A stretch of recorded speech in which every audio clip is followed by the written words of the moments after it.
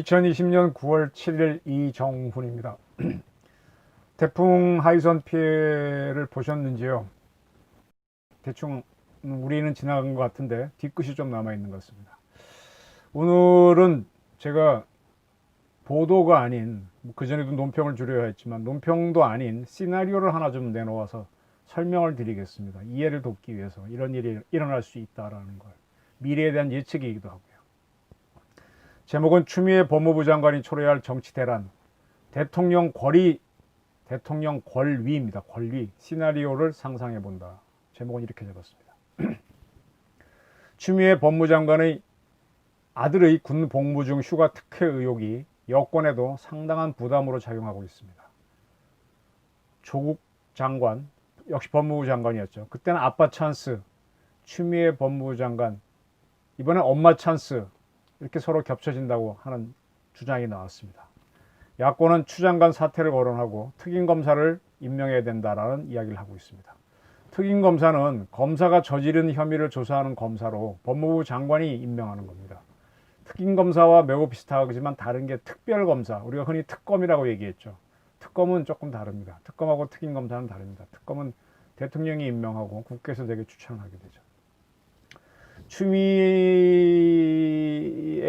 씨가 현재 법무부 장관인데 특임검사를 임명해 추 장관 아들 사건을 조사했던 서울 동부지검을 수사하라는 것은 야권에서 얘기한 거지만요, 사실 추 장관을 향한 조롱이죠. 추 장관 아들은 두 차례 병가 총 20일을 했습니다. 그게 끝났는데도 부대로 복귀하지 않고 개인 연가로 휴가를 연장했습니다. 그리고 추 장관의 보좌관이 이 부대 관계자에게 전화를 걸어 휴가 연장을 요청했답니다. 그리고 평창 올림픽 통역병으로 파견해달라는 청탁도 했다는 겁니다. 자, 이런 게 있었다는데, 있었던 사실은 바꿀 수 없는 것이기에 여권은 조금씩 물러나는 모습을 보이고 있습니다. 박범계 민주당 의원이 CBS 인터뷰에서 라디오, 추 장관 아들이 최초 병가 기간에 무릎 수술을 한 것도 맞고 그 뒤에 예후가 좋지 않아서 좀 부은 거죠. 부종기가 있어서 휴가 필요성이 지속됐다는 것은 객관적으로도 맞는 것 같다, 이렇게 시인을 해줬고요. 김남국 민주당 의원도 국방부를 통해 확인해 봤는데 추 장관 보좌관이 전화를 건 것도 사실인 것 같다, 이렇게 했습니다. 그러나 박범계 의원은 특임검사는 검사의 비위나 부정 비리와 관계 있을 때 하는 것이고 최종적으로 법무부 장관이 승인하게 돼 있기 때문에 적정한 성질의 것이 아니다, 이렇게 했습니다. 이건 뭐 누구나 아는 이야기를 한 거고요. 현재로서는 언론의 의혹 제기 상황이고 구체적인 내용도 알지 못하기에 일단 특임검사가 아니고 검찰 수사에 맡게 하는 게 아닌가, 뭐 그렇게 생각한다 그랬는데, 동부지검이면 8개월째 수사하고 또 아무것도 한 게 없잖아요. 뭐 동부지검장 인사에 대해서 지금 말이 너무 많고 그 인사를 한 사람은 추미애 장관이고. 저는요, 이렇게 벌어지고 있는, 이미 이제 여당에서도 사실로 인정하는 부분이 많으니까, 따라서 추미애 장관 아들 사건이죠. 근데 결국은 뭐 장관 사건이죠. 이 장기화되면 오는 가을 여권은 추풍 낙엽이 될 수 있다라고 저는 봅니다. 네. 여권 지지도가 떨어지면 내년 4월에 재보궐선거가 있는데 여권은 그게 부담스러우니까 손절매를 할 수 있다. 즉 추 장관을 자를 수도 있다는 얘기입니다. 검언유착을 거론하고 검찰 인사를 이렇게 세게 했던, 헝칼 쓰듯이 했던, 추상 같았던 추 장관이 거꾸로 오는 가을에 날아가는 그런 사태가 벌어질 수도 있다는 겁니다. 자, 지금 한번 보십시오. 법무부 장관이, 추 장관이 이 정부에서 세 번째로 기억되는데, 두 명의 장관이 상당히 어려움에 처했고, 한 분은 날아갔고, 또 한 번은 이제 그 위기에 몰렸는데, 왜 법무부 장관은 여권 실세의 무덤이 되고 있는가? 근데 두 분의 공통점은 검찰 개혁을 추진했던 사람들이에요. 조국 장관이 그랬고 추미애 장관이 그러는데, 이 두 장관이 연거푸 무너지면 검찰 개혁은 꼴이 우스워지고 무산될 수 있습니다. 또 아빠 찬스 조국 장관, 엄마 찬스 추미애 장관, 이런 말이 회자되면 이 정부가 했던 개혁은 개학으로 조롱을 받을 수도 있습니다. 그리고 두 장관이야말로 이 정부가 만들려고 했던 공수처의 수사 대상이 되어야 된다라는 그런 의견도 나올 게 확실합니다. 제가 지금까지 기자를 하면서 모든 나라에서 검찰과 군, 정보기관, 사법 그리고 언론은 개혁이라는 미명으로 함부로 건드려서는 안 된다라는 걸 저는 발견하고 있습니다. 네. 왜냐하면 그런 기관이 그 나라의 핵심이더라고요. 이 무슨 뭐 삼성전자, 현대자동차 같은 큰 기업들이 핵심인 것 같지만 그거는 다른 나라 가서도 할 수 있어요. 다국적 기업들은 딴 데로 옮겨가면 그만입니다. 대한민국에서 대한민국 언어를 써가지고 온갖 법을 만들고 법을 집행하고 여론을 만드는 기관들은요 그 나라의 핵심입니다. 그래서 그걸 함부로 이렇게 손을 대게 되면 동티가 나더라고요. 혁명정권도 이러한 기관들은 조심스럽게 건들고 서서히 자기화시키는데 자기 편으로 만드는데 촛불정권이 혁명했다고 주장을 하는데 촛불정권이 하나하나 하는 것도 아니고 한꺼번에 건드렸으니 사단이 날 수밖에 없다는 거죠. 이러한 사단들에 대해서 많은 비난이 들어오니까 조국 씨하고 추미애 씨는 소송으로 대응하거나 대응하겠다고 하는데 이러한 행태는요 대한민국 법무부 장관에서 개인 법무부 장관으로 스스로 추락하겠다는 그런 이야기입니다. 장관이라고 하는 자리는 가히 정치를 하는 자리인데 그러한 사람들이 소송에 의지하면 정치력은 그들이 갖고 있는 정치력은 무력화되죠. 사실은 법보다 소송보다 정치가 훨씬 큰 개념인데 정치가들이 법에 의존하게 되면 정치는 무너집니다. 그리고 정치를 하게 되면 상징 조작으로 좋은 이미지를 만드는데 그러한 이미지가 순식간에 무능으로 탈바꿈합니다.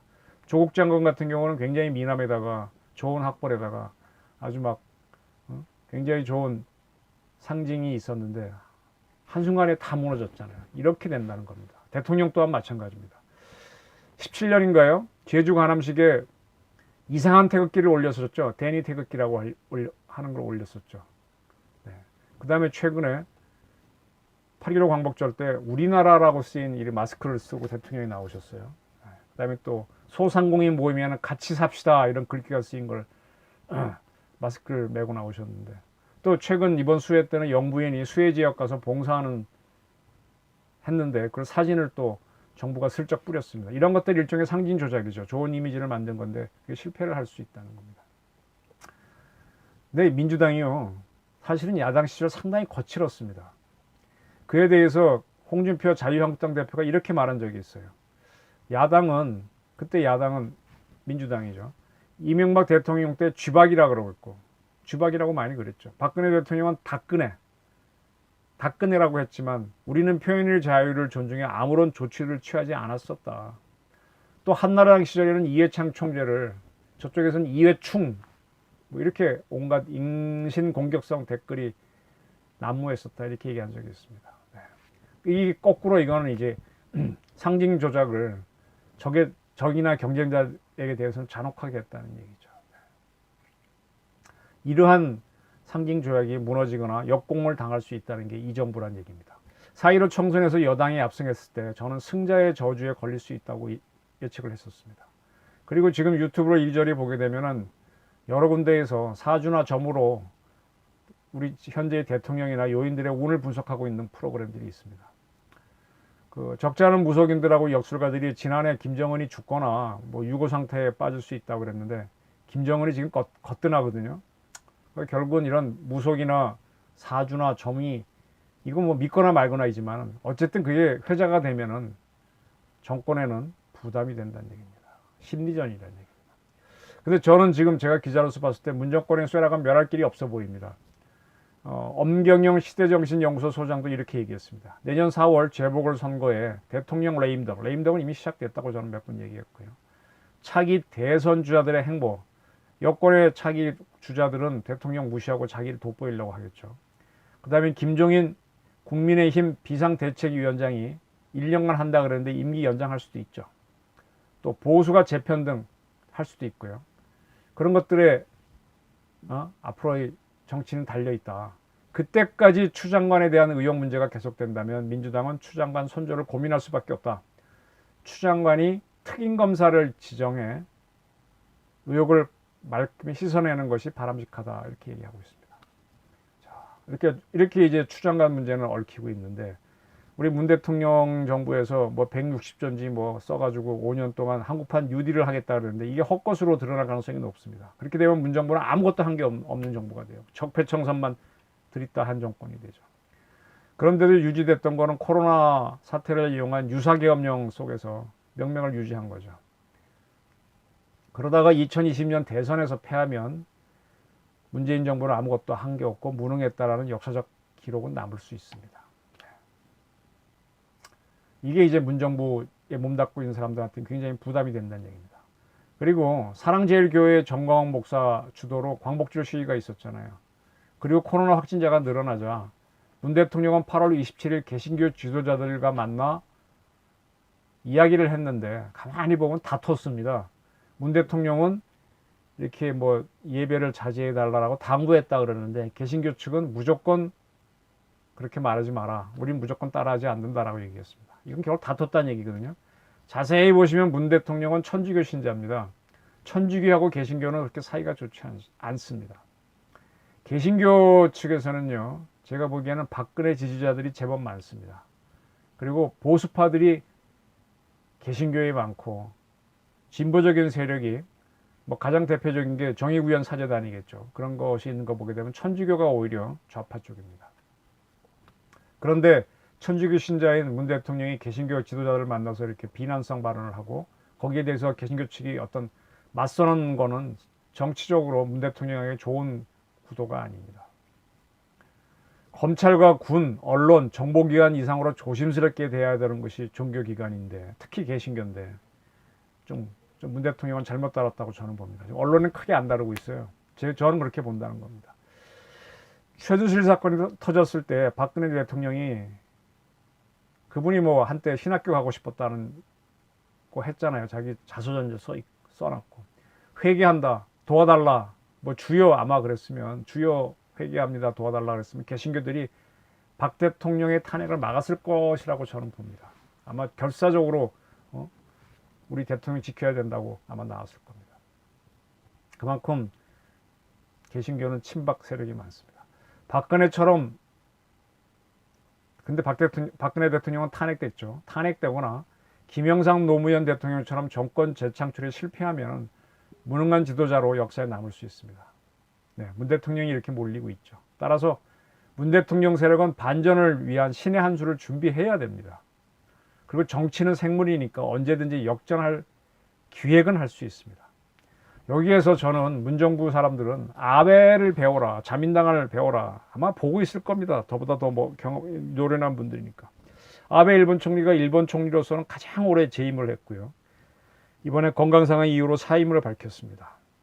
근데 사실 아베는 지지율이 급락했고 인기율도 급락하고 있습니다. 또 코로나 때문에 일본 경제도 엉망이고요. 일본이 원래 올림픽을 해야 되는데 도쿄올림픽 내년으로 미뤘는데 내년에 한다는 보장이 없잖아요. 올림픽이 돼서 경제 살리기 위해서 많은 투자를 했는데 투자는 했고 나오는 게 없으면 일본은 뭐 어려워지죠. 아베는 몸도 안 좋다고 하는 거에 핑계일 수도 있습니다. 그 의학으로 뭐 소화기병인데 아마 그 의사들이 크론병이라고 하는 그런 걸 겁니다. 조금 뭐 어렵긴 난치병이긴 한데 약이 얼마나 좋은데 그거 뭐 못하겠습니까? 근데 자민당에서는 아베를 내세워서 계속 하다가는 내년에 일본도 총선을 합니다. 이긴다는 자신이 없으니까. 또 그리고 아베가 오래 했기 때문에 아베 이유를 노리는 세력들은 아베가 나갔으면 하죠. 오래 했으니까. 그렇다면 아베를 명예롭게 퇴진시켜 주면서 자민당이 재집권하는 방안을 찾아야 되죠. 그래서 아베한테 준 명예는 최장수 총리라는 그런 기회를 주고 건강상의 이유로 물러나겠다라고 하면서 이제 자민당이 정권 재창출을 하는 방향으로 가는 거죠. 근데 총선은 내년에 있는데 여기서 막 뭐 의회를 해산하고 그렇게 갈 수는 없으니까 차기 자민당 총재를 세웁니다. 근데 가장 개파성이 없는 관방장관 스가를 총재로 추대하려고 합니다. 네. 그리고 차기 진짜 자민당의 리더가 되고 싶은 사람들은 스가 다음에 나타날 겁니다. 네. 스가는 개파가 없고 무난한 사람이니까 우선 자민당을 그러니까 아베를 대신해서 이끌 수 있습니다. 그리고 이분은 색깔이 약하니까 아베는 색깔이 강하죠. 국민 저항도 적을 수 있습니다. 자, 자민당은 자기네 선거를 통해서 스가를 총재로 선출할 겁니다. 그러면 스가는 일본 국회에서 야당이 낸 후보와 더불어 일본 국무총리가 되는 선거를 국회에서 치릅니다. 자민당이 지금 과반수가 넘으니까 이기겠죠. 그래서 스가가 무난히 총선에 총리가 될 겁니다. 그렇게 해서 일본 자민당은 아베의 검은 그림자, 아베가 뭐 한 것도 많지만 부담도 많이 줬잖아요. 그걸 지워버리고 내년 총선에서 승리하려고 할 겁니다. 그리고 승리하면은 자민당 총재 선거를 다시 해서 포스트 아베를 확실히 이끌어갈 이 새로운 총리를 결정하겠죠. 네. 이게 아마 저는 일본의 자민당의 이번에 정치 시나리오라고 저는 보고 있습니다. 근데 이러한 시나리오가 일본이 먼저 한 게 아니라 사실은 대한민국이 먼저였습니다. 우리는 요란하게 했죠. 좀 연세 있는 분들은 기억하실 겁니다. 1989년에 6.29 선언입니다. 1987년 대한민국은 그때까지 박정희 18년, 전두환 8년, 도합 26년간 이어진 군부 정권에 대해서 강한 거부감을 갖고 있었습니다. 신군부를 등장시킨 12.12 사건과 5.18 광주를 조사해야 된다는 요구가 굉장히 강력했고요. 그것이 아마 군부 정권에 대한 거부의 가장 강력한 대표적인 거부였죠. 근데 전두환 씨는 자기의 친구인 노태우한테 권력을 넘겨주려고 했습니다. 계속 집권을 꿈꾼 거죠. 그래서 했던 게 그 유명한 4.13 호언조처입니다.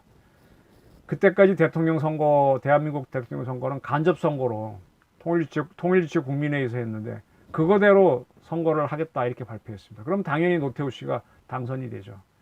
그러니까 이제 거기에 반대하는 세력, 12.12를 밝혀라, 5.18을 밝혀라 하는 세력들이 시위를 시작했는데 그때 폭발적인 요인으로 작용했던 것이 그해 1월 달에 치안본부 대공분실에서 조사받다가 물고문 받아 숨진 서울대 박종철 군 사건입니다.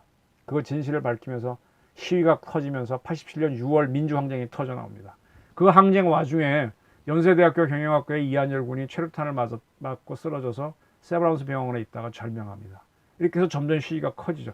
도저히 전두환 씨가 막을 수 없는 상황이 되는 겁니다. 네. 근데 전두환 정권 입장에서는 바로 이듬해 88년에 서울올림픽이 예정되어 있는데 권력을 넘겨줄 수가 없는 거죠. 그러니까 어떻게 합니까? 대단한 정치 작전을 지금 일본 자민당이 한 것처럼 아주 대담한 작전에 들어갑니다. 후기자로 찍어놓은 노태우 씨로 하여금 대통령 직선제를 하십시오. 요구합니다. 라는 요구를 하게 합니다. 그게 6.29 민주화 선언을 하게 하는 거죠. 그렇게 형식적으로 전두환한테 대드는 형식으로 해갖고 국민들 불만을 만족으로 돌려놓고 자, 대통령 선거로 가게 된다면은 그때 민정당의 후보는 노태우다. 노태우가 가기는 영웅으로 딱 띄워주는 거죠.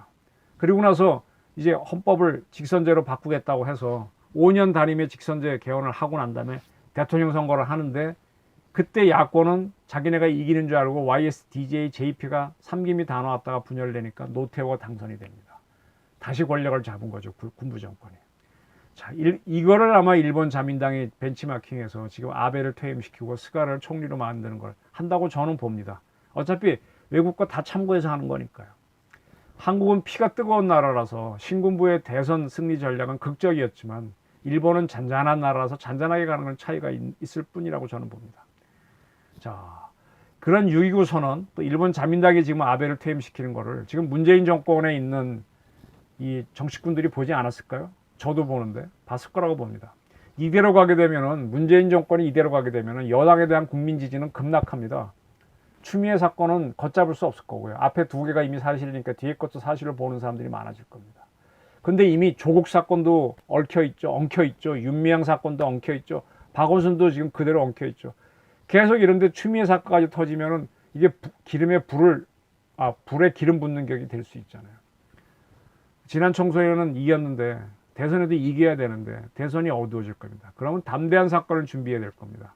아마 민주당 정치꾼들은 그런 시나리오를 만들 겁니다. 저도 그게 어떤 건지 모르겠습니다. 취재가 안 되는 거니까 기재적 상상을 해보겠습니다. Think the unthinkable. 네. Think the unthinkable을 해서 미래를 예측하고 전략과 해법을 찾아가는 길이니까 한번 해보겠습니다. 지금 제가 이렇게 TV에 나오는 문 대통령 보게 되면 얼굴색이 그렇게 좋아 보이지 않아요. 뭐 좋을 일이 없겠죠. 그에 대한 국민 지지율은 떨어지고 있는데 따라서 정부 여당은 문 대통령 지지율 하락을 막는 데까지 막아보겠지만은 결국은 안 되는 것도 대비할 겁니다. 네. 지난 총선 전에도 여론조사 믿지 못하겠다는 국민 여론이 굉장히 많았거든요. 지금도 여론조사 못 믿겠다는 여론이 많습니다. 네. 그런데다가 경기 침체를 유도하는 코로나는 계속 유행할 거니까.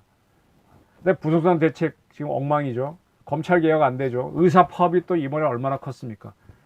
문재인 정부가 시인을 안 해서 그렇지 이번에 거의 뭐 TKO로 진 거잖아요. TKO 패잖아요. 추미애 장관도 지금 큰 사건 부담이 되고 있고. 그렇다면 이 골치 아픈 문제들을 한 번에 제거하는 문제가 뭐예요? 누구한테 몽탕 책임 씌워서 그 사람한테 씌운 다음에 그 사람 제거해버리면 되는 거 아닙니까? 그리고 나서 새술은 새 부대에 하고 새로운 사람, 바로 전두환 씨가 6.25 선언 통해서 노태우 띄워주고 모든 책임은 자기가 지고 들어갔잖아요. 그러면서 정권 재창조를 하는 그런 방법을 할 수 있다는 얘기죠. 저는 문재인 대통령을 여권의 실세로 안 봅니다. 문정부는요, 민노총 전교조들과 합의를 해서 그들의 지원을 받아서 집권한 세력이기 때문에 또 민주당 내에도 여러 개파가 있기 때문에 저는 일종의 연합정권으로 봅니다. 근데 최근 대법원에서 전교조 재판을 원심 파기했잖아요. 그 전교조 합법화기를 열어줬습니다. 민노총은 노사정 합의안을 거부했지만 그렇다고 해서 민노총이 국민의힘과 연합하지는 않을 겁니다. 그러면 전교조도 합법화기를 열었으니까 다시 이들은 뭉칠 수 있는 요소가 있다는 겁니다.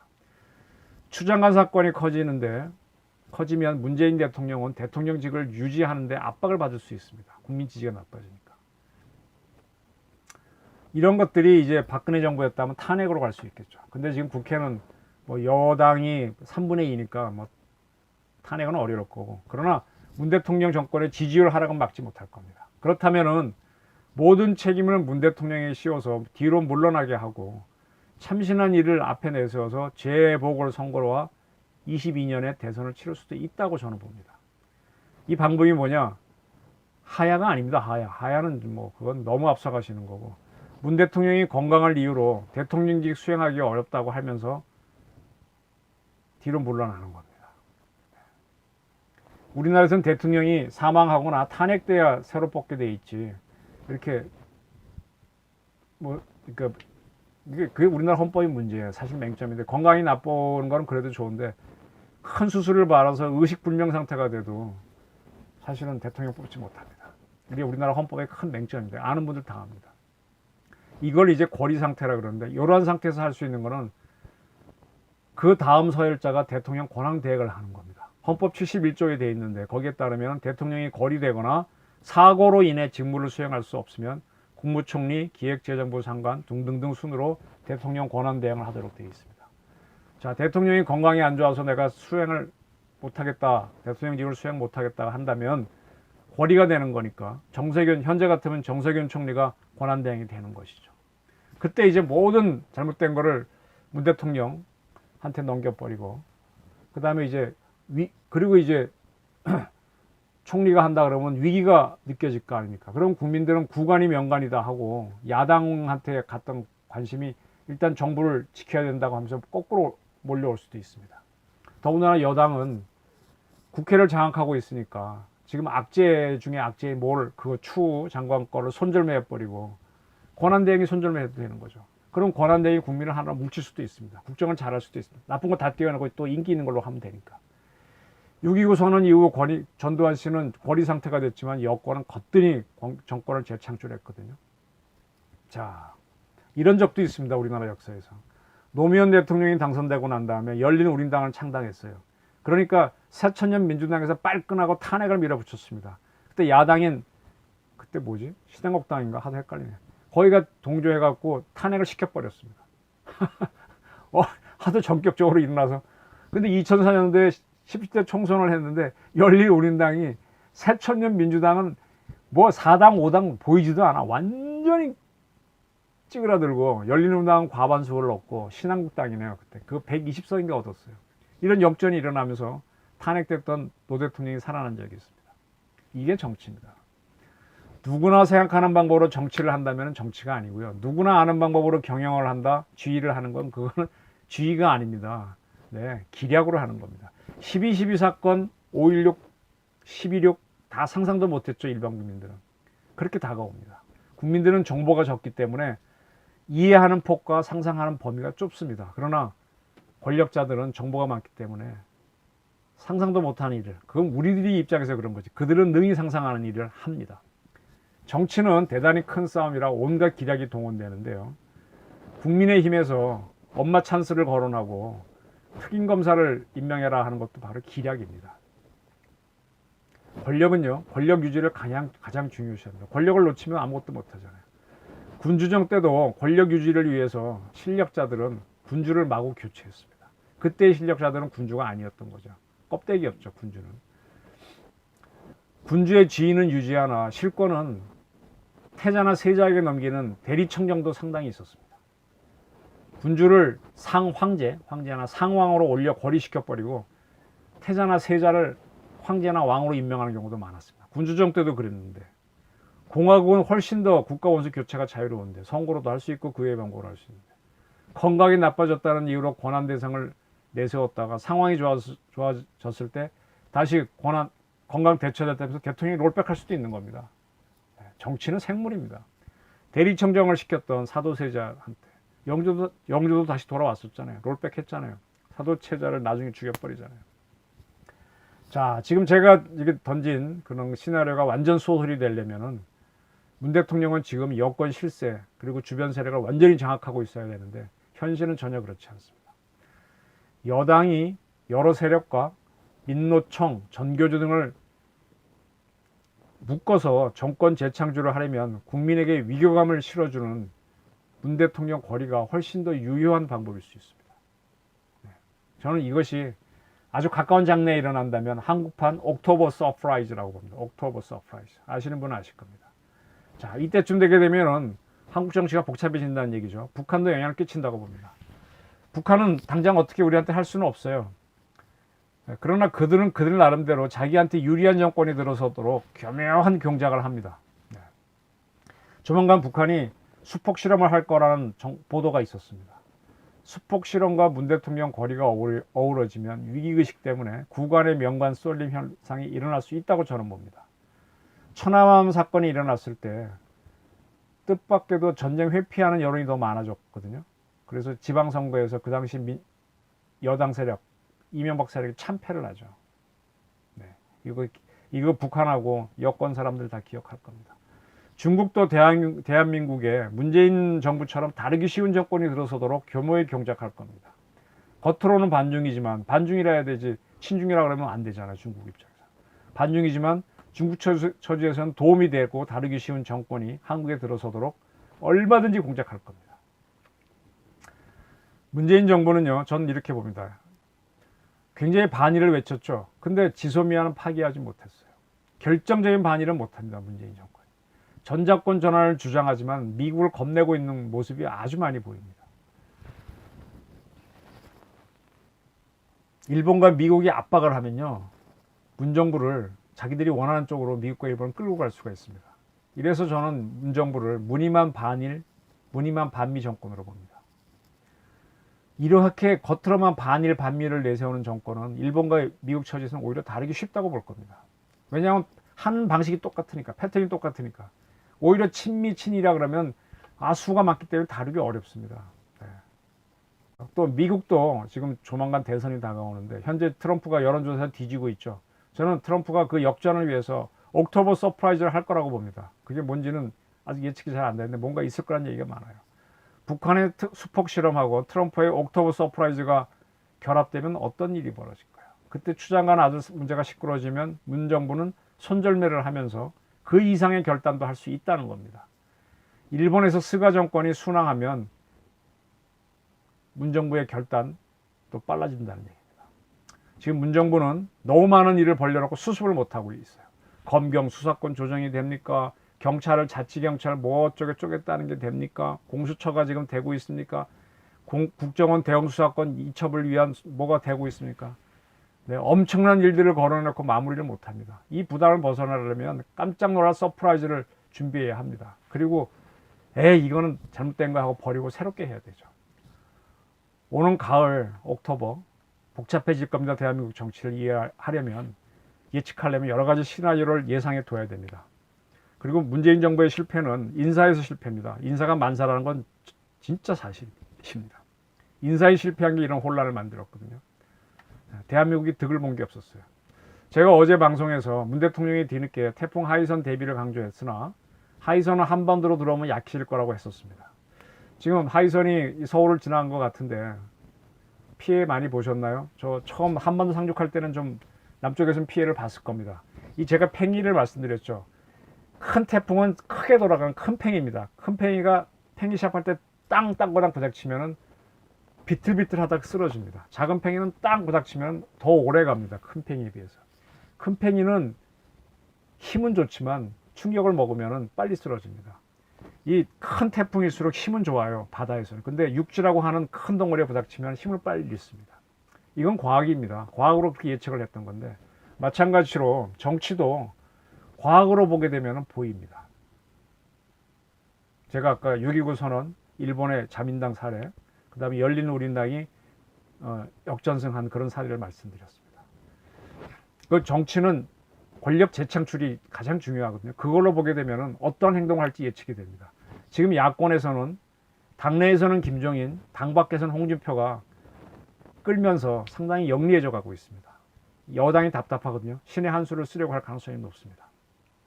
검찰개혁을 무리하게 추진했던 추미애 장관이 대통령 권위라는 말을 보편화시키는 장본인이 될 수 있습니다. 네, 불쏘시개가 되는 거죠. 희생양이 되는 거죠. 사람의 시각과 능력은 잘 안 바뀌어요.